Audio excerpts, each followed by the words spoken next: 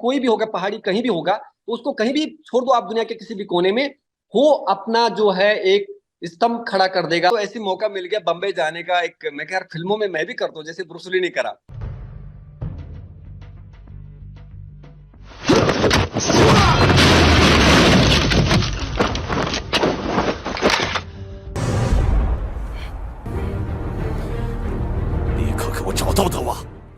Screen पर जिस शख्स को आप मार धाड़ करते और फर्राटेदार चाइनीज बोलते हुए देख रहे हैं, वो पहाड़ी है। जी हाँ, पहाड़ी। चीन में इनका बड़ा नाम है, लेकिन इनका बड़ा नाम सिर्फ इसलिए नहीं है क्योंकि वो चीनी फिल्म इंडस्ट्री में एक्टिंग करते हैं। इनका नाम इसलिए भी है क्योंकि वो चीन के एक बड़े कारोबारी हैं। वो यहाँ भारतीय रेस्तरां चेन के मालिक हैं। नाम है देव रतूड़ी। टिहरी गढ़वाल के देव चीन में दफू नाम से जाने जाते हैं।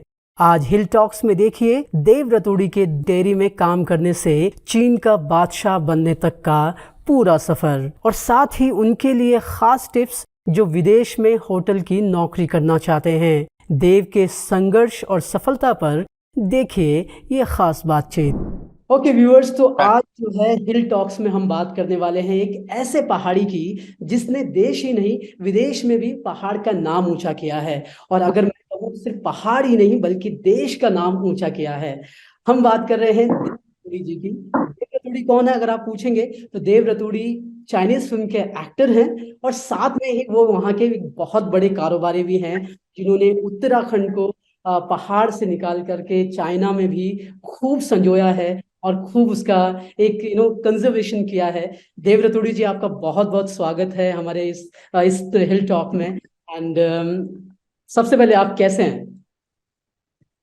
बहुत बढ़िया। सबसे पहले मैं आपका धन्यवाद करता हूँ, आपने एक ऐसा एक मौका दिया कि हम बात कर सकते हैं। और बहुत बढ़िया, चाइना में अभी मौसम भी बहुत बढ़िया है, और कोविड से भी सब लोग उभर के आ गए हैं, तो अभी स्थिति बहुत नॉर्मल है। हाँ नॉर्मल जी। यार, बहुत अच्छी चीज है एक्चुअली। तो अब मैं शुरुआत अपने इंटरव्यू की शुरुआत इसी से करूंगा भैजी। मैं भैजी ही बोलूंगा आपको क्योंकि आप मेरे जिले से भी हैं और मुझसे बड़े भी हैं।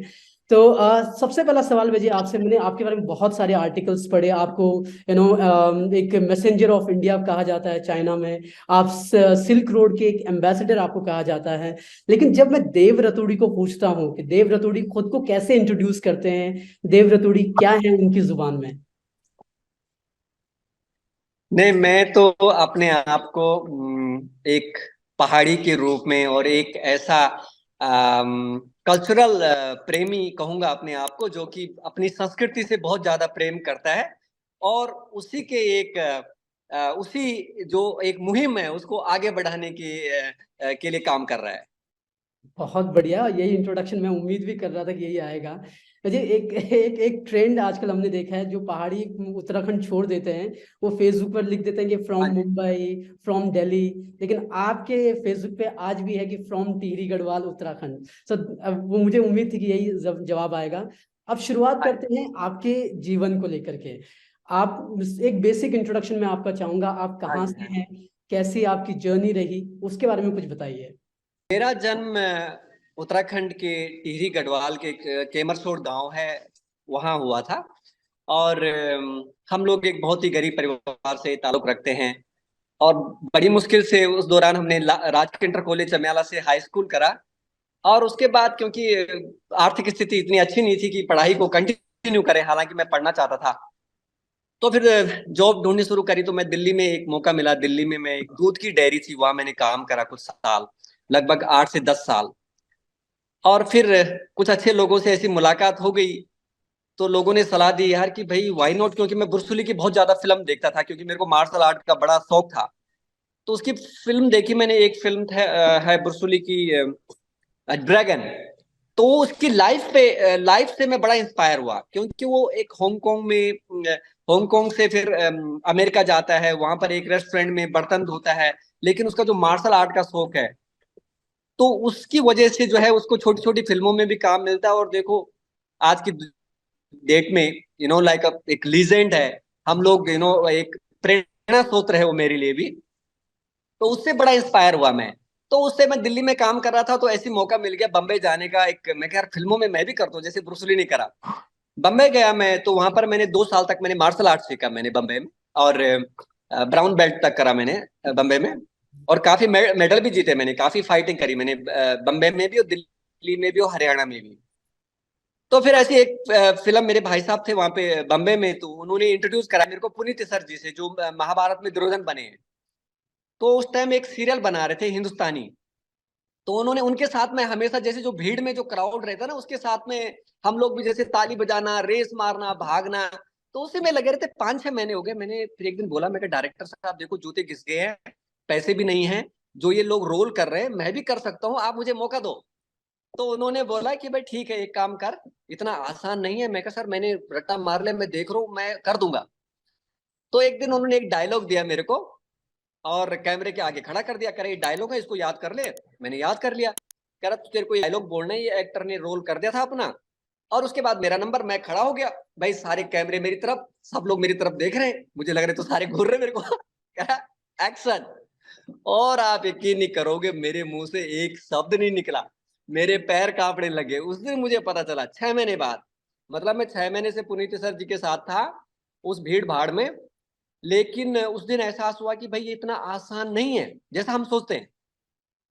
फिर वो जर्नी, वही जो फिल्म का जो सपना था, वहीं से धड़म से टूटा। फिर मैं वापस दिल्ली आ गया। आया तो फिर मैंने दिल्ली में अपना जो मार्शल आर्ट स्कूल है वो खोला मैंने दिल्ली में। एक्चुअली 2 साल मैंने मार्शल आर्ट में करा। और फिर क्योंकि ब्रूस ली का जो भूत था वो मार्शल आर्ट का, तो निकल नहीं रहा था दिमाग से। तो यार मैं कैसे मैं करके चाइना पहुंच जाऊं। तो फिर किसी दोस्त ने सलाह दी, यार एक काम कर, रेस्टोरेंट में काम कर ले, रेस्टोरेंट के थ्रू जा सकता है। तो फिर इस तरह से रेस्टोरेंट में काम करा, फिर मौका मिला तो चाइना आ गया। तो इस तरह से जर्नी रही इंडिया से। बड़ा स्ट्रगल रहा है। और आपको पता ही है, हम पहाड़ियों में एक चीज बहुत अच्छी होती है कि हम लोग, जो ईमानदारी है, जो मेहनत है, जो डेडिकेशन है, मतलब उसमें कोई कंप्रोमाइज नहीं। कोई भी होगा पहाड़ी, कहीं भी होगा, उसको कहीं भी छोड़ दो आप दुनिया के किसी भी कोने में, वो अपना जो है एक स्तंभ खड़ा कर देगा, अपना वजूद मतलब लोगों को दिखाएगा कि यार मैं कुछ हूँ। तो ये हमारे अंदर जो है जन्म जाता है, ये हमारे लिए ये हमारा एक एडवांटेज है। तो फिर ऐसी मौका मिल गया तो पढ़ाई, हालांकि पढ़ाई भी नहीं करी थी, तो चाइना आ गया। तो चाइना में फिर नई एक एक समझ लो कि एक नई यात्रा शुरू हुई। ये बहुत बढ़िया है। आपने बात की कि आप ब्रूस ली के फैन थे, और मैं आपको जिस तरह की जर्नी ब्रूस ली की रही है वही जर्नी आपकी भी रही है, और उसको आपको हाँ जी। पहाड़ का ब्रूस ली कहने में बुराई नहीं होगी। बट जो मेरा सवाल, अब मैं आता हूँ, आप चाइना गए। चाइना में हाँ आप जी। एक एक्टिंग का सपना आपके मन में था, लेकिन चाइना पे बात करने से पहले एक चीज जो मुझे याद आई, आप शायद बॉबी हाँ जी। देओल के साथ या उनके ड्राइवर के साथ कुछ रहे हैं, जहां तक मुझे थोड़ी सी जानकारी है। आपने हरियाणवी फिल्म में भी शायद कुछ रोल किया है क्या, कुछ ऐसी किया है आपने, कोई जानकारी है, या मैं ऐसे ही बड़बड़ा रहा हूँ? नहीं नहीं नहीं नहीं, जो बॉबी देओल के साथ में थे वो कोई मेरा दोस्त है एक्चुअली। मैंने बॉबी देओल के साथ नहीं करा, मैं पुनीत सर जी के साथ रहा 5-6 महीने। और ओके। मैंने एक हिंदी फिल्म में काम करा और एक हरियाणवी फिल्म में मैंने काम करा सन 2000 में। मतलब अच्छा। 22-23 साल पहले एक फिल्म में, उसमें मैं एक्शन का कुछ सीन था, क्योंकि मैं मार्शल आर्ट आता था मेरे को, तो मैंने वो सीन वीन फिल्माए थे। और एक छोटा सा रोल भी था मेरा, एक हरियाणवी ताऊ का। बहुत इंटरेस्टिंग है। हाँ बट हाँ जी। मेरे एक सवाल, मैं दूसरे सवाल पे जाने से पहले ये सवाल फिर से पूछना चाहता हूँ। हाँ पहाड़ जी। का एक लड़का जो चमियाला के एक छोटे से गांव से आता है, जैसे शायद पहाड़ के, और जिस समय की हम बात कर रहे हैं, आपके बचपन की हम बात कर रहे हैं, उस समय ना हाँ मोबाइल जी। थे ना इंटरनेट उतना था। तो ब्रूसली तक हाँ वो जी। पहाड़ का बच्चा कैसे पहुंचा? वो एक्चुअली मैं दिल्ली में था, तो दिल्ली में क्या था कि हम लोग VCR होता है वो लेते थे हम किराए पे। तो एक दोस्त और था मेरा, क्योंकि मैं मार्शल आर्ट का शौक तो था मेरे को शुरू से। और फिर हम वो फिल्म देखता था मैं। उससे दो चीज हुई, एक तो मेरी इंग्लिश इंप्रूव होगी, क्योंकि उसकी जो डबिंग इंग्लिश थी वो बहुत स्लो बोलता था, जो ब्रूस ली हाँ। उसमें जो रोल था। दूसरा, उससे मेरे को उसकी जो लाइफ से जो इंस्पिरेशन मिला है वो बड़ा, मतलब मेरे को बिल्कुल क्लिक करा उसने। एकदम समझ लो कि वो टर्न 360 डिग्री की, मतलब पूरी लाइफ चेंज होगी। तो उसका जो एक डायलॉग था उसमें, जिससे मैं सबसे ज्यादा प्रभावित हुआ हूं, जो मुझे लगता है आज भी, वो था बी वाटर माय फ्रेंड, कि पानी की तरह बनो। क्या वो बात। गिलास में है तो एक गिलास पानी है, बोतल में तो एक बोतल पानी है। पानी को आप बह दो तो वो किसी को नुकसान नहीं देगा, वो अपनी जगह बनाएगा खुद। जैसी जगह होगी उस तरह से वो एडजस्ट हो जाएगा हर जगह। तो हम करेक्ट। पहाड़ियों में एक बड़ा जो है वो हमारे खून में ही है।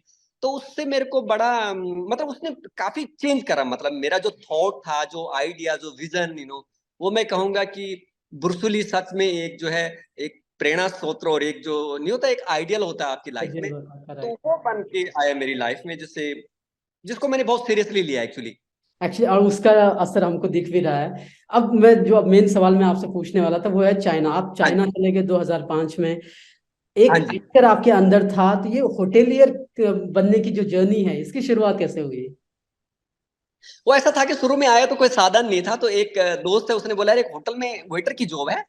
और मैं दिल्ली में 3-4 महीने मैंने होटल में काम भी करा, 5-6 महीने। तो मैं कहा यार इसी बहाने मैं चाइना आ जाऊंगा, और मैं वहाँ चाइनीज, सब चाइनीजों को कुंफू आता है, उनसे कुंफू सीख लूंगा। और 6-7 महीना सीखने के बाद में, क्योंकि मेरा दिल्ली में उस टाइम स्कूल था, एक मार्शल आर्ट स्कूल था, ओके। मैं मार्शल आर्ट स्कूल चलाता था दिल्ली में। तो मैं कहा वापस आके मैं लड़कों को और बहुत बेहतर तरीके से ट्रेन कर पाऊंगा। तो इस मकसद से मैं आया था चाइना। पर सोचा नहीं था कि यार आया तो था किसी काम करने, और हो कुछ और गया। तो मैं रेस्टोरेंट में काम करने लगा। पूछताछ दोस्तों से बातचीत हुई तो उन्होंने बोला यार ऐसा नहीं है, यहाँ पर मार्शल आर्ट भाई किसी को नहीं आता है। जैसे इंडिया में योगा कितने लोगों को आता है, वैसे यहाँ पर हाँ, ऐसे गिने चुने मार्शल आर्ट आता है। सही बात है। तो फिर काम करने लग गया, काम करा तो तनख्वाह ज्यादा थी, क्योंकि जब मैं इंडिया में काम कर रहा था मेरे ख्याल से मेरी तनख्वाह थी होगी 6,000 रुपए। यहाँ आए तो मेरी तनख्वाह थी 10-12 हजार रुपए इंडिया की। मुझे लगा कि यहाँ पर, मैंने देखा काफी पुराने लोग हैं, तो वो लोग उस टाइम जो है उनकी तनख्वाह लगभग 70-80 हजार, 1 लाख रुपए होती थी उस टाइम, बहुत बड़ी बात थी 2005 में। तो मुझे लगा यार अगर यहाँ 1 लाख रुपए कमा सकते हैं तो बहुत बढ़िया हो जाएगा। तो 2 साल मैंने क्या करा कि वो सिर्फ इंडियन रेस्टोरेंट का एज ए वेटर का, मैनेजर का और वेस्टर्न का भी काम सीखना शुरू कर दिया। तो काम सीखा तो 2 साल में मेरा प्रमोशन हो गया, मैं एक जर्मन रेस्टोरेंट में रेस्टोरेंट मैनेजर लग गया, और जहां मेरी तनख्वाह लगभग 70 हजार रुपए थी। उसके बाद फिर 1 साल बाद फिर मैं तीसरे साल में एक ऑस्ट्रेलियन कंपनी में लग गया मैनेजर। वहां मेरी तनख्वाह लगभग 1.5 लाख 2 लाख थी। और उसके बाद 2010 में मैं एक अमेरिकन रेस्टोरेंट में जनरल मैनेजर लग गया, क्योंकि मैं, मेरे को सीखने की बड़ी वो थी, मतलब मैं तो उस टाइम 5-6 भाषा बोल लेता था, स्पेनिश हो गया, जर्मन हो गया, फ्रेंच हो गया। सीखने का था सारा ऑनलाइन, मतलब सीखता रहता था कुछ ना कुछ। वेस्टर्न का मैंने कभी होटल मैनेजमेंट नहीं करा। आप सोचो बिना होटल मैनेजमेंट किए मैं अमेरिकन रेस्टोरेंट में 2010 में जनरल मैनेजर बन गया था, जहां मेरी तनख्वाह 2010 में 3 लाख रुपए थी इंडिया की। 3 लाख से ज्यादा थी एक्चुअली, 3,20-25 हजार रुपए थी। और उसके बाद फिर मेरे को जो लास्ट जॉब ऑफर हुआ, एक F&B ऑपरेशन डायरेक्टर एक बड़ी कंपनी में, तो वहां लगभग मेरे ख्याल से 4 लाख के करीब करीब ऑफर हुआ मेरे को। तो इस लेवल पे मैं पहुंच गया था, मतलब खुद मेहनत करके, ऐसा नहीं कि कोई मैनेजमेंट का नहीं कर रखा है, डिग्री नहीं कर रखी थी, पढ़ाई भी नहीं थी, पर मेहनत करते हुए वहां तक पहुंच गया। तो इस दौरान लगा कि यार हम लोग जा तो सही दिशा में रहा हूं मैं, ये मेरी अपनी पर्सनल ग्रोथ है, लेकिन देखा कि यहाँ पर लोग ना कल्चर के नाम पे हमारे देश के बारे में जो, मतलब उतना बढ़िया नहीं था, सच बताऊं, मतलब वो जो कोई प्रमोट भी नहीं कर रहा था। कि करेक्ट। जैसे लोगों के दिमाग में आपको ऐसी था कि यार इंडिया तो बहुत गरीब है, बहुत गंदा है, वहां तो ये होता है वो होता है। तो उससे मेरे को ना बड़ा दुख होता था कि यार मैं अपना एज ए इंडिविजुअल, एक हिंदुस्तानी होने के नाते क्या कंट्रीब्यूशन दे सकता हूँ कि लोगों की ये छवि बदले। तो राइट। फिर दिमाग में आइडिया आया कि यार एक ऐसा क्यों ना, एक क्योंकि मैं होटलियर हूँ, होटल का काम भी सीख लिया, एक ऐसा रेस्टोरेंट खोला जाए, ऐसा सांस्कृतिक रेस्टोरेंट जिससे लोगों की ये छवि बदले, मतलब लोगों को दिखे यार वाह हिंदुस्तान में भी इतने बढ़िया कल्चर, इतना रेस्टोरेंट, ऐसे लोग होते हैं। तो तब जाके फिर ये लास्ट जॉब ऑफर, बल्कि मैंने ठुकरा दिया था। मेरे को लास्ट में जो जॉब 2012 में ऑफर हुआ था वो लगभग 4.5 लाख रुपए सैलरी का था। मैंने वो करा नहीं, एक्सेप्ट नहीं करा, और फिर हमने एक दो दोस्त और थे मेरे, उनके साथ मिलके हमने पहला एक भारतीय सांस्कृतिक रेस्टोरेंट खोला। तो क्या? इस तरह से जर्नी पर वो खोला, तो वो मीडिया का बड़ा रहा हाथ उसमें, जैसे आप लोग हैं तो वैसे ही एक मीडिया वाले यहाँ आए थे उस दिन, जिस दिन ओपनिंग थी। तो इत्तेफाक से मेरे ख्याल से उस दिन मंगलवार था, तो मेरा क्या था, मेरा 2022-23 साल हो गए मेरे को, तो मैं मंगलवार को कुछ खाना नहीं खाता हूँ, मेरा फास्ट रहता है। और ऐसा नहीं कि मतलब कि बर्थ वर्थ का भी था उसमें, लेकिन मेरा ये था कि मैं कुछ पैसा बचा के कुछ चैरिटी करूं, हर मंगलवार को खाना नहीं खाऊंगा, उसका जो पैसा योगदान होगा वो। तो उस मीडिया वाले ने बोला यार इकट्ठे खा लेते हैं। मैं कहा यार मैं तो भाई मंगलवार को खाना नहीं खाता हूँ। कह रहा क्यों नहीं खाता है? तो मैं कहा भाई ये पैसा बचाता हूँ मैं, और अपने गाँव में जहाँ हेल्प की जरूरत होती तो मैं वहां मदद करता हूँ अपने लोगों की। तो हर मंगलवार को मैं कुछ नहीं खाता हूँ। उसने वो आर्टिकल छाप दिया। उसके बाद फिर दूसरे मीडिया ने, तीसरा मीडिया में, तो फिर भाई यहाँ भी कुछ योगदान करो। तो फिर यहाँ भी बहुत सारे स्कूल हैं, जेल में हैं, बहुत जगह मैंने यहाँ पर बहुत, जितना होता है मेरे से हम लोग हेल्प करते हैं। तो वो उस वजह से क्या हुआ कि वो फिर एक यहाँ का जो सबसे बड़ा टीवी प्रोग्राम है, उन्होंने एक डॉक्यूमेंट्री बनाई मेरी लाइफ पे 2014 में। कि ओके। फॉरेनर इन चाइना, वो बड़ी पॉपुलर हुई। तो डॉक्यूमेंट्री जब पॉपुलर हुई तो दुनिया भर के लोग हर दिन मेरे को मिलने आते थे, 10-12 लोग, क्योंकि उनमें उसमें बड़ी लाइफ स्टोरी थी, कैसे इसने बंदे ने स्ट्रगल करके ये खोला वो खोला। लेकिन इस फाक से उस दौरान में जब वो डॉक्यूमेंट्री रिलीज हुई, मैं अमेरिका में था, क्योंकि मेरे 2 बच्चे हैं, एक बीजिंग में पैदा हुआ, एक यूएस में पैदा हुआ, मैं उस टाइम बोस्टन वगैरह में था। तो फिर मैं वहां से फिर दोबारा 2015 में वापस आके फिर हमने एक और रेस्टोरेंट खोला, 2 खोला, 3 खोला, 4 खोला, इस तरह से बढ़ते गए। तो ये एक अकेले इंडिविजुअल की कामयाबी नहीं है। मैं ये कहूंगा कि ये जो टीम वर्क है, जो सब लोगों का साथ था, यहाँ के जो लोकल लोग हैं, जो हमारे भारतीयों का, इतने सारे लोगों का आशीर्वाद, आप सोचो हमारे सभी पहाड़ियों का, देवी देवताओं को आशीर्वाद, तो वो सारे लोगों का प्यार प्रेम था, तो उसकी वजह से जो है प्रगति होती रही। और साथ साथ में काफी लोगों को, मैं लगभग 200 से ज्यादा लोगों को लगभग बुला चुका हूँ यहाँ पे, क्योंकि 50-60 तो हमारी कंपनी में काम करते हैं। अभी भी 6 इंडियन रेस्टोरेंट है हमारे, और 4-5 चाइनीज रेस्टोरेंट भी है मेरे। तो कोशिश कर रहे हैं कि ज्यादा से ज्यादा लोगों को रोजगार भी उपलब्ध हो, और अपने सपने भी पूरे हो रहे हैं। और हमारा सबसे जो इम्पोर्टेंट है इसमें, वो ये नहीं कि हम कितना बड़ा कर रहे हैं, लेकिन हम जो माइंड सेट जो लोगों का जो धीरे धीरे भारत के प्रति हो रहा है, जो हम उनको बता रहे हैं यार, हिंदुस्तान एक, मतलब एक विश्व गुरु था, है और रहेगा। क्योंकि वो चीज हम भूल चुके हैं, लेकिन एक्चुअली है। यहाँ जो सनातन के प्रति जो लोगों का प्रेम है, जो लोग जो खोज जो करते हैं, आप भाई सिर्फ ग्रोथ, मैं उसको नहीं मानता हूँ जैसे लोग कहते हैं कि यार मैं सक्सेसफुली हूँ, मैंने बहुत पैसे कमा लिए, मैंने घर बना लिए। भैया आपकी मेंटल ग्रोथ, आपकी फिजिकल ग्रोथ, आपकी स्पिरिचुअल ग्रोथ, अगर उसको बैलेंस आपने बना दिया तो आप सक्सेसफुल हैं। अगर आपने सिर्फ पैसा कमाया तो क्या कमाया, आपकी सेहत सही नहीं है, आपके आसपास के लोग खुश नहीं है, आप किसी को लेके नहीं बढ़ रहे हैं, उसको ग्रोथ मैं तो बिल्कुल नहीं मानता हूँ एज ए बिजनेसमैन या एज ए कल्चरल प्रेमी। और हमारा क्या, कि हमारा फोकस रहता है कि ज्यादा से ज्यादा लोगों को हमारी संस्कृति के बारे में पता चले, और उसमें हमारे हमको कामयाबी भी मिली है। हम लोग जब भी होली, दिवाली, कृष्ण जन्माष्टमी मनाते हैं, तो हमारे 80% गेस्ट चाइनीज होते हैं, और उनको लगता है यार भारतीय संस्कृति कितने रंगों से भरी पड़ी, मतलब कितना, हमारी जो संस्कृति उसको समझने के लिए एक नहीं 10 जन्म लोगे तब भी नहीं समझ पाएंगे। ट्रू, और वेरी हम ट्रू। लोग क्या करते हैं, हमको अपनी संस्कृति के बारे में पता नहीं होता सही में। शुरू से आया तो देखा कि किसी को, सबको पैसे कमाने की लगी है, कोई किसी को पता ही नहीं यार। अरे अपने भाई, हम जिस जड़ से जुड़े हैं उसमें, उसको सुखाओ मत, उसमें भी पानी डालना पड़ेगा, पेड़ हरा भरा रहेगा तो जो बाकी लोग हैं उस छाव में आनंद लेंगे। तो कोशिश कर रहे हैं उसको और आगे नए स्टेप पे लेके जाए। हमने भाई पूरी लाइफ तो रहना नहीं यहाँ पर। अब कम से कम हम एक काम तो कर ही सकते हैं कि अगर ऊपर वाले ने हमको चुना है, तो मैं चाहता हूं कि एक ऐसा रास्ता बनाया जाए जो नई जनरेशन है, कि उनको आने के लिए उनका जो मार्ग है एक सुखद मार्ग हो। एकदम तो हम सही। लोग कोशिश कर रहे हैं कि एक एक प्लेटफॉर्म तैयार किया जाए। हाँ जी। बहुत मतलब आपका वो प्रयास दिखता भी है, मैं आपको सोशल मीडिया पर फॉलो करता हूँ। कई लोग आपके बारे में बात करते हैं और बताते हैं कि देव रतुड़ी बहुत अच्छा काम कर रहे हैं। रतुड़ी फाउंडेशन, मेरे ख्याल से जो आपने मंगलवार वाला अपना एग्जांपल दिया, रतुड़ी हाँ फाउंडेशन जी। उसी से निकली है। हाँ। वो काफी काम कर रही हाँ है, जी। चाइना में हो या फिर हमारे भारत में हो, हर तरफ वो हाँ एक्टिव है। जी। अब बात करते हैं जी, जब आप संस्कृति की बात करते हैं, मैं देखता हूँ अंबर पैलेस के जो होटल्स हैं वहां पर होली दिवाली हर कार्यक्रम बहुत अच्छे तरीके से हाँ जी। मनाया जाता है। पर एक पहाड़ी होने के नाते, एक पहाड़ी, क्योंकि ये सवाल दिल से निकल रहा है कि चलो होली दिवाली तो आप मना लेते नहीं, पहाड़ का क्या कुछ होता है क्या आपके होटल में? हाँ, वो क्या होता है मेरे भाई कि देखो, जब हम लोग मैं ये मानता हूं कि जब हम लोग इंडिया में हैं, तो इंडिया में हम बात करते हैं कि मैं राजस्थानी हूँ, मैं उत्तराखंडी हूँ, मैं तमिल हूँ, तेलुगु हूँ, इस तरह से बात मतलब बहुत अच्छी लगती है कि भाई यार हम लोग। लेकिन जब हम अपना देश छोड़ के आते हैं, तो हमारी जो ये आइडेंटिटी है ना भाई, मैं ये मानता हूँ कि हमको बड़े विजन के साथ देखना पड़ता है। क्योंकि एज ए इंडिविजुअल मेरा जो एक्सपीरियंस रहा है कि अगर मैं यहाँ पर आके एक छोटे कस्बे की, एक राज्य की बात करूंगा, तो वो क्या रहेगा कि मेरे को ना, हम लोग क्या है कि हम उस संस्कृति से है जहां हम बात करते हैं अयम निजम परो बेती गणना लघु चेत साम उदार चरित्राना तू वसुधैव कुटुंबकम। हम नहीं करते ये तेरा है, ये मेरा है, ये वो मन नहीं। हम लोग एक बड़े मन के बड़ा बड़ा भाव रखते हैं, ताकि जो हमारी संस्कृति इतनी बड़ी है उसमें सब कुछ समा जाता है।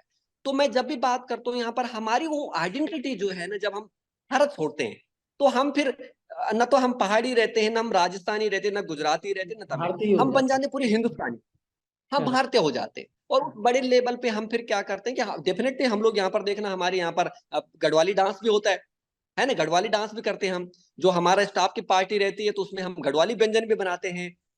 पर पर्टिकुलरली मैं नहीं कहूंगा, मैं झूठ नहीं बोलूंगा, क्योंकि इस अब यहाँ पर पहुंचने के बाद में क्या उसको अफोर्ड भी नहीं कर सकते। पर हम कोशिश करते हैं कि जितना ज्यादा से ज्यादा हो, हमारा सिर्फ पहाड़ का कल्चर नहीं, हमारा पंजाब का कल्चर हो गया, तमिल का हो गया, तेलुगु हो गया। हमारे रेस्टोरेंट में आप देखेंगे पेंटिंग तमिल की भी मिलेगी, तेलुगु भी मिलेगी। देखो हमारे मेरे पीछे सनातन संस्कृति हरे रामा हरे कृष्णा के की भी मिलेगी आपको। तो उड़ीसा का भी कल्चर मिलेगा आपको यहाँ पर, हर तरह के। और लोग भी आपको 80% तो उत्तराखंड से होंगे, लेकिन हमारे यहाँ हिमाचल से भी हैं, तमिल से भी हैं, तेलुगु मतलब मलयालम भी के लड़के हैं हमारे रेस्टोरेंट में। आपको हर जगह के मिलेंगे, पंजाबी भी मिलेगा। तो हम उस जो जो हमारी जो जो सनातन जो वसुधैव कुटुंबकम की जो विचारधारा है, तो मैं उसको उसके साथ काम करता हूँ, उसके साथ काम करता हूँ। उससे क्या होगा कि फिर हम लोग बंटेंगे नहीं। तो हम लोग देखो हर तरह से कोशिश करते हैं कि पूरा जो हमारा जो सनातन संस्कृति का जो पूरा बड़े लेवल पे उसको प्रमोट किया जाए। तो दिवाली होगी, सिर्फ दिवाली नहीं, दिवाली, होली, कृष्ण जन्माष्टमी, युगास भी हम मनाते हैं। हम कोशिश करते हैं कि जितना ज्यादा से ज्यादा हो, हम जो हमारा केरल का कल्चर है, उड़ीसा का कल्चर है, वो सारा प्रमोट करें। हाँ जी। एकदम। अब आखिरी दो सवाल है भाई जी मेरे मेरे पास आपके लिए। हाँ मैं कहीं हाँ पढ़ रहा था कि आप देव रतोड़ी को चाइना में देव फू नाम से भी पुकारते हैं, तो हाँ हाँ हाँ। ये देव फू का मतलब क्या हुआ एग्जैक्टली? ओ, उसका एक्चुअली जो नाम है वो द फू है। The okay. मतलब बहुत बड़ा प्यारा नाम है। उसका मतलब है कि जो मतलब बड़ा हृदय वाला आदमी। ओके। तो बड़ा हृदय, तो द फू है मेरा चाइनीज नाम ना। वो देव का जो ट्रांसलेशन है एग्जैक्टली वो द फू है। तो मेरे को ज्यादातर लोग उसी नाम से जानते हैं, द फू के नाम से जानते हैं। देव रतुड़ी के नाम से बहुत कम लोग जानते हैं। हाँ जी। ओके। तो वैसे अब जब हम चीन की बात कर ही रहे हैं, तो एक एक हाँ जी। थोड़ी सी चाइनीज हम आपसे सुनना चाहेंगे। कुछ आप चाइनीज में बोलिए।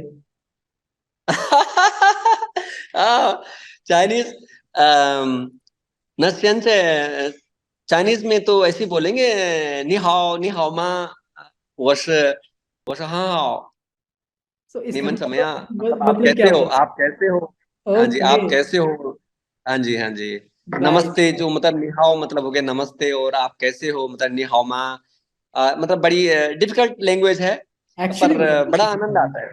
हाँ जी, बट बड़ा आनंद सीखने के आता है। बाद मैंने आपके कई वीडियोस देखे, आप बहुत फ्रिक्वेंट एकदम मतलब फ्लुएंटली मैंड्रिन बोल लेते हैं, चाइनीज बोल लेते हैं। It's very commendable.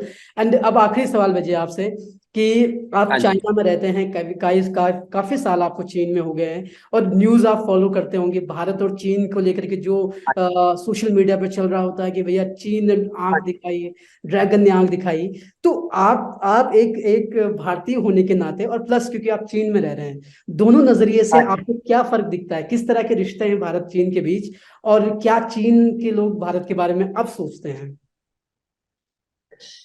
देखो काफी बदलाव आया है। शुरू शुरू में तो बड़ा मतलब इंडिया में तो देखो बहुत हाई लेवल पे होता है। मैं तो कहूंगा कि उसको यहाँ के जो जो पब्लिक है, मैं ये कहूंगा कि वो थोड़ा सा मतलब थोड़ा सा और थोड़ा सा समझदारी के उसमें काम करते हैं। ऐसा नहीं कि जैसे हमारे यहाँ होता है तोड़ फोड़ हो गई, ये हो गया, वो नुकसान हो गया। यहाँ पर इंडिया के प्रति ऐसा नहीं है। सच बताऊं, जब डोकलाम विवाद भी हो रहा था, मेरे कुछ दोस्त है, उन्होंने स्पेशली फोन करा, यार कोई बिजनेस में इफेक्ट तो नहीं है, मैं अपने दोस्तों को लेके आ जाता हूँ, परिवार को लेके आ जाता हूँ सपोर्ट करने के लिए। आप सोचो किस लेवल का सपोर्ट मेरे को मिल रहा था यहाँ पे। और हमारा कोई भी ऐसा नहीं कि यार अब ये तोड़ फोड़ हो रही तो यहाँ बिजनेस में कोई इफेक्ट होगा। बहुत कम मिलेगा आपको, मतलब 1% भी नहीं बोलूंगा मैं कि हमारी जो सिटी में, क्योंकि इतने सारे लोगों का दिल जीत लिया हमने कि वो समझ लो कि वो बिल्कुल हमारे परिवार की तरह हो गए। नहीं तो करेक्ट। इस छोटी सी सिटी में सोचो, हमारे 6 इंडियन रेस्टोरेंट हैं, 4 चाइनीज रेस्टोरेंट भी है। तो हमको तो बियॉन्ड हेल्प मिलती है, चाहे वो गवर्नमेंट से हो चाहे लोकल लोगों से है। तो उनका माइंडसेट इतना नहीं है वो, क्योंकि देखो अभी ट्रेड में देखो आप, चाहे डोकलाम विवाद हो चाहे कितने भी हमारे इश्यू होते हैं, हमारा ट्रेड जो बिटवीन इंडिया एंड चाइना देखो सबसे टॉप पे है। एक्चुअली। उसमें फर्क नहीं पड़ता है, उसमें फर्क नहीं पड़ता है। यहाँ पर ऐसा नहीं है, इतना ज्यादा नहीं है।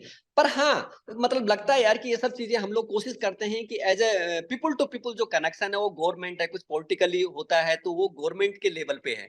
पर पीपल टू पीपल कनेक्शन है, हम कोशिश कर रहे हैं कि वो एक ब्रिज के रूप में काम करे। काम और वो कर। तब होगा, मैं हम क्यों कहते हैं कि यार हमारा एक भारतीय सांस्कृतिक रेस्टोरेंट है। संस्कृति का मतलब क्या है? संस्कृति का मतलब है आपको उनके रंगों में रंगना और उनको अपने रंगों में रंगाना, मतलब एक बिल्कुल। दूसरे को समझना। और हम तभी बड़ा कर पाएंगे, बड़ा तभी कर पाएंगे अगर मैं आपको समझता ही नहीं हूं, तो आपके साथ अगर मुझे बिजनेस करना है कुछ, तो मैं बड़ा कर नहीं पाऊंगा। अगर मैंने आपको अच्छी तरह से जान लिया, आपकी नीड क्या है, आप किस तरह के इंसान है, और आपने मुझे जान लिया, तो हम हो सकता है बहुत बड़ा बड़ा। क्योंकि अब जो इन्वेस्टमेंट का ऐसे ही होता है, क्योंकि हम भी करते हैं, तो हम देखते हैं कि अगर इंसान अच्छा है तो किसी प्रोडक्ट पे थोड़ी इन्वेस्टमेंट होता हो, तो किसी इंडिविजुअल पे होता है, या अगर इंसान अच्छा है तो चलो भाई लेट्स इन्वेस्ट, तो उस रूप में देखते हैं हम इसको। ये पर हाँ, बहुत कोशिश है कि हम कोशिश करते हैं कि उसको थोड़ा सा कम हो, ज्यादा से ज्यादा कल्चरल प्रोग्राम में पीपल टू पीपल, ज्यादा से ज्यादा लोगों को समझ, तो इस तरह के जो है। Correct correct. लास्ट सवाल भाई, अब इस इंटरव्यू को हम खत्म करते हैं। मैं चाहूंगा कि आप जो हमारे होटल इंडस्ट्री में काम करने वाले हाँ लोग हैं जी। हमारे उत्तराखंड के, उनको गढ़वाली में आप क्या एक एक बोलना चाहेंगे हाँ कि जी। आप उनको क्या करना चाहिए अगर वो विदेश में नौकरी करना चाहते हैं, या फिर आपकी तरह कोई करियर बनाना चाहते हैं जिस तरह आपने लैडर्स पार किए, स्ट्रगल किया, उनके लिए आपकी क्या सीख होगी लेकिन गढ़वाली में? ठीक। ठीक, ये तो सबसे पहले जो था कि मैं तो ये सलाह दूं कि भाई पहली पढ़ाई पर ध्यान देना। कारण कि देखो, बिना कुछ भी आप बन अपनी जिंदगी में, आप डॉक्टर बना, इंजीनियर बना, आप होटल में शेफ बना, पहले वो जमानो चलेगी। पहले क्या होता है कि हाँ भाई कुछ नहीं होनो काम, तो भाई होटल में भाड़ा भूडा धुआ और काम सीखी ली तो विदेश में चलेगी। अब तो नहीं ना। अब क्या, हर देश की जो पॉलिसी धीरे धीरे बदलने लगी, तो हम भी ये ना आएगी। अगर आज की बात हो तो शायद हो सकता मैं में बहुत मुश्किल बढ़ता है, क्योंकि अभी क्या क्या कि कम से कम साहब आपके पास में जो साहब बैचलर की डिग्री चाहिए, बीओ तो कम से कम करियो चाहिए, या फिर होटल मैनेजमेंट करियो। अगर आप सोचना है कि आप होटल में अपना करियर बनाना चाहता और बढ़िया देश में जाना चाहते हैं, कहीं भी चाहे चीन भी हो, तो देखो हर जगह की अभी क्या पॉलिसी, कम से कम जो था भाई आप बीए तो करे करा, पढ़े को जो था कहीं ना कहीं बहुत फायदा हो दो। अब देखो हमने पढ़ाई नहीं करी तय टाइम पर, हम अब करना पड़े, अब सेकंड सेकंड सेकंड पढ़ दो, सही बात। घंटा भी करी नहीं ना। और हर एक आदमी क्या देखो, हो सकता कि हर एक आदमी इतना मेहनत ना कर पाओ। मैं तो हमेशा सुबेरी 6 बजे उठ दू, मैं डेली कम से कम 5, 5:30, 6 बजे, 6 बजे उठी गए, 1 घंटा मैं कम से कम ध्यान कर दू सुबेरी, ध्यान डेली। अब हम है के बतौड़ तो पहले खुद भी कर पड़ दो, और शाम को भी सोने से पहले मैं 9:30, 10 बजे मैं सो जाऊं, मैं 1 घंटा ध्यान कर, शाम को जल्दी से जाऊं। तो मेरी ये सलाह हमारे जो जो जवान भाई बहन छन, जो भी विदेश होना चाहना, कि सबसे पहले अपनी पढ़ाई पूरी करा, पढ़े आपने पूरी मेहनत लगन मतलब पूरा फोकस डाल दिया, और कोई भी यानी चीज नहीं जो आप कर नहीं सकता। मैं तो इतना साल को एक्सपीरियंस ने ये चीज में हाथ डाल दी, मतलब तय पर पूरा फोकस कर, 200% ध्यान। यो नहीं कि अरे यार वही नहीं हुए, वही नहीं हुए, तो भाई वो तो ऊपर वाला का हाथ मन है। पर हमारा जो हाथ में कम से कम हम वो तो पूरा पूरा फोकस पूरा जो मेहनत डालना पड़े तय पर।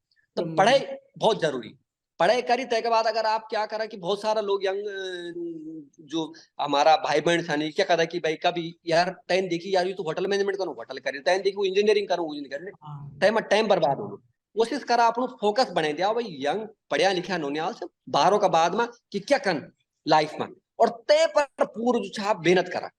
तय में क्या एनर्जी भी बचेगी, टाइम भी बचेगी, पैसा भी बचेगी, माँ बाप का फिर अपना भी, ये तो फिर माँ बाप या पैसा है, आज होटल मैनेजमेंट कर यख नहीं ना, अब डिग्री करी और तन तन में टाइम निकल जाऊँ। तो करेक्ट। जो भी करना, एक मन बनावा और तय पर पूरा 200% देख, और आप बिल्कुल कामयाब होला। और पहाड़ी लोग तो भाई मेहनत में तो कोई कमी नहीं, सही बात। ईमानदारी में कोई कमी नहीं, ये तो बहुत बेसिक चीज है। देखो ईमानदारी, मेहनत और वो तो चाहिए चाहिए, उसके बिना तो होगा भी नहीं। पर पढ़े, पढ़े बहुत, बहुत जरूरी, कुछ भी कंत बिना पढ़ेगा तो देखो कुछ भी नहीं होगा। तय पर ध्यान दिया, और बिल्कुल और जो चयन होना चाहूँ, बिल्कुल हमारी कंपनी में भी स्वागत न, क्योंकि हम तो हर 3-4 महीने में एक रेस्टोरेंट खोलना, तो हमें भी छेंदा बहुत सारे लोग स्वागत है। लेकिन वो जो बेसिक डॉक्यूमेंट कागज कागज पत्र छेंदे छेंदा जो जरूर। सर्विस में कोई हाँ जी, सर्विस में होनो तो बैचलर डिग्री छेंदी छेंदी 2-3 साल को एक्सपीरियंस छेंदो। जो सही। अगर किचन में भी तो होटल मैनेजमेंट बहुत नेसेसरी होगी आप, कि होटल मैनेजमेंट करें 2-3 साल को, और तय के बाद 2-3 साल को एक्सपीरियंस, तो आप कहीं भी देश चला तो आसान हो जाओ। करेक्ट हाँ जी। करेक्ट। एकदम भाई जी, बहुत बढ़िया लगी आपसे बातचीत करके। और जल्दी आप बम या उत्तराखंड आवा, इंडिया आवा, आपसे आमने सामने भी बात हो ली। ये इंटरव्यू बहुत बढ़िया रही। बहुत बहुत धन्यवाद आपने अपना टाइम देने। और ये था बहुत ढेर सारे आपके जीवन के बारे में, और जो एक लेसन आपने हमारे बीच बताई, तो बहुत बहुत धन्यवाद। और फिर आपसे मुलाकात वाली।